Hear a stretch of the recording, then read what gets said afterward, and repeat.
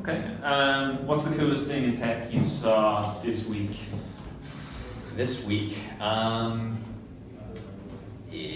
well, I'm not sure. I really, I follow all this cryptocurrency stuff, and it's fascinating because it's at the intersection of technology and markets and currencies, and so it's not just, whereas AI is just kind of raw technology, it's just like machine learning, raw tech.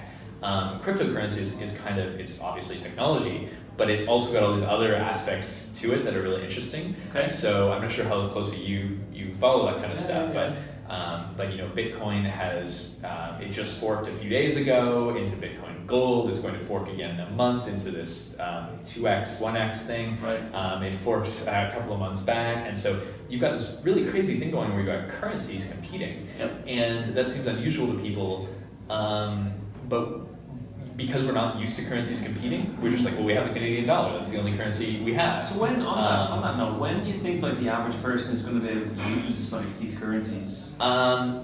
Strictly speaking, they can use it today, but I think they're, it's following that adoption curve from innovators to early adopters. The early majority, it's not anywhere near the early majority. So it's still very much innovators now. I think early adopters getting it too.